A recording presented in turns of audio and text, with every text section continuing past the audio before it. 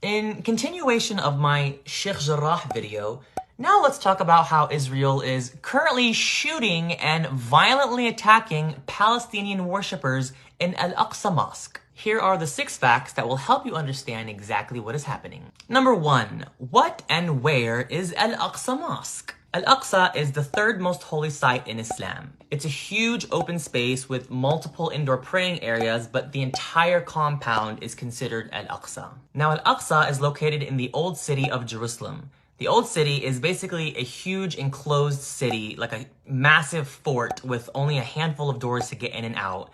It has housing, marketplaces, alleyways, and religious spaces. The old city is made up of 4 quarters: the Christian quarter, the Jewish quarter, the Armenian quarter, and the Muslim quarter. Al-Aqsa is located in the Muslim quarter. Number 2, who has control of Al-Aqsa Mosque? Under international law, this is supposed to be the map of the region. This is supposed to be Israel. This is supposed to be the Palestinian territories made up of West Bank and Gaza, and this is Jerusalem. Also under international law in the UN, Jerusalem is supposed to be broken up into East and West Jerusalem. West Jerusalem belonging to Israel and East Jerusalem belonging to the Palestinian territories. Al-Aqsa and the Muslim quarter are in East Jerusalem, so legally Palestine has ownership of Al-Aqsa. That's how it's supposed to be. But in 1967, Israel took control over East Jerusalem and the Palestinian territories, which includes Al-Aqsa, the Muslim quarter, and all the neighborhoods outside the old city, like Sheikh Jarrah. So because Israel has control over East Jerusalem, Palestinians in the Palestinian territories don't have access to Al-Aqsa. They have to apply for a special permit from Israel to visit, and most of the time, Israel rejects the requests. I have relatives who were born and raised 30 minutes from Al-Aqsa, and they've literally never been. And this isn't just for Muslim Palestinians. Even Christian Palestinians in the West Bank don't have open access to their holy sites in the Christian quarters of Jerusalem. Israel illegally has full control over the old city and all the religious sites that are in it. Number 3, what's happening at Al-Aqsa right now? It is the holy month of Ramadan for Muslims everywhere right now, and these last 10 days are extremely important, so Al-Aqsa is jam-packed with Palestinian Muslims praying together. 2 nights ago, while Palestinians were praying at Al-Aqsa, Israeli police barged their way into the Al-Aqsa compound with guns and full protective gear and started shooting rubberized steel bullets and throwing stun grenades at the Palestinians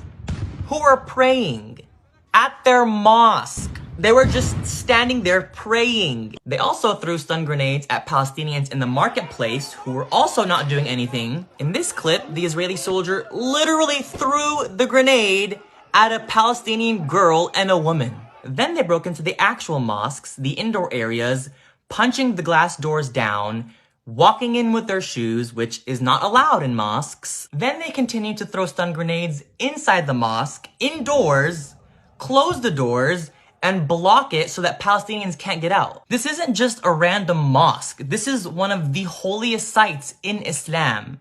And they literally treated it like it was trash. This left hundreds of Palestinians extremely injured. One man lost both of his eyes. So what does the Israeli police decide to do? Attack the medical tents. They threw stun grenades at Palestinian medics. So now the medics can barely take care of the injured people. So now there's just hundreds of injured people just sitting there. The Palestinians are recording and posting all of this, and they literally don't even care. So we're all seeing this, and now Palestinians all over are furious. Number 4, what's the connection between the Al-Aqsa attacks and Sheikh Jarrah? Now this is very important. As I said, Israel has illegal control over Al-Aqsa and East Jerusalem. So what Israel does is use the Al-Aqsa Mosque as a way to control the Palestinian people. Let that sit for a second. Just think about that. Historically, anytime the Palestinians in any part of the country start to protest or rebel against the Israeli government, Israel attacks Al-Aqsa to send a message to the Palestinian people that if you keep protesting and rebelling, we're gonna take away Al-Aqsa from you. They know Al-Aqsa is our soft spot. It's our holy site. We have to protect it. They're basically indirectly saying, if you Palestinians behave, we'll let you pray at your mosque. Yeah, for sure. But if you act out, we're gonna attack it and take it away from you. They've been using Al-Aqsa as a tool to suppress Palestinian rights since 1967 when they illegally took control over Al-Aqsa, East Jerusalem, and the Palestinian territories. So what does that have to do with Sheikh Jarrah? Sheikh Jarrah is a Palestinian neighborhood in occupied East Jerusalem that's supposed to be Palestinian land. But Israel is forcing Palestinians to leave their homes so that Israeli settlers can move in. And as a result, hundreds of Palestinians have been protesting in Sheikh Jarrah, trying to physically protect the Palestinians who are about to get kicked out of their homes. And what does Israel do when Palestinians protest?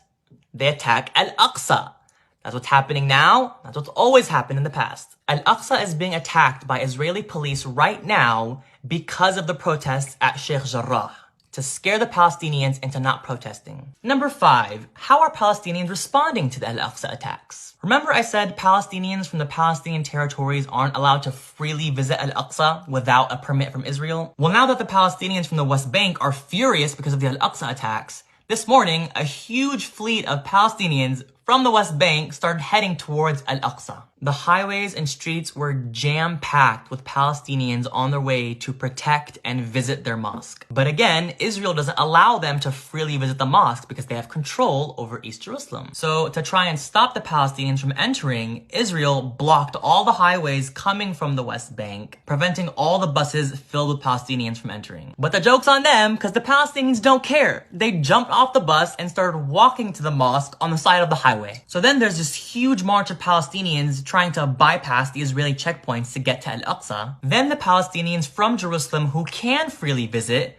all got in their cars and went and picked up those who were marching to take them to Al-Aqsa. And beyond all that, now Palestinians aren't just protesting in Sheikh Jarrah. They're protesting all throughout Israel and the Palestinian territories. And finally, number 6, what's gonna happen now? So we have these 3 things going on right now. Palestinians protesting at Sheikh Jarrah, and now all over the country. We have Israeli police attacking Palestinian worshippers at Al-Aqsa, and a huge march of Palestinians forcing their way to visit their holy mosque. Rightfully so. All we know is that Israel is not happy that Palestinians are rebelling. So I think a lot of Palestinians right now are mentally preparing for a very complex next few days. So now that you're pretty well versed in the illegal occupation of Palestine and what's happening right now, we can officially stop calling it a conflict or clash. The Palestinian-Israeli conflict. No, it is not a conflict. Conflict connotes a sort of symmetry of power, which there is not. It is Israel's illegal occupation. It is the oppression of Palestinians. It is apartheid. It is stripping Palestinians of their human rights. It is ethnic cleansing. It is shooting innocent Palestinians while they're praying in their holy mosque. All of the above, yes. But conflict, no.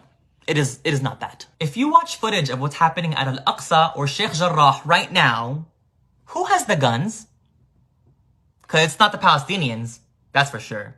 So you tell me who has the power here. So please help spread the word of what Israel is doing to the Palestinian people. All resources and footage and posts are saved on my highlights. Be sure to follow Muna and Muhammad al-Kurd, who are Palestinians living in Sheikh Jarrah. They're posting live footage every day of what's happening there. Please keep the Palestinian people in your prayers. يا أهل فلسطين يا شعبي يا أغلى ناسي إحنا عن جد من جو القلب من جو الروح إحنا كلنا معكم ورح نضل معكم. الله يعطيكم القوة والعافية. والله العظيم يا ريتني معكم وقدرت أوقف جنبكم، بس توكلنا على الله. الله يحميكم يا حبايب، يا أغلى الحبايب. السلام عليكم.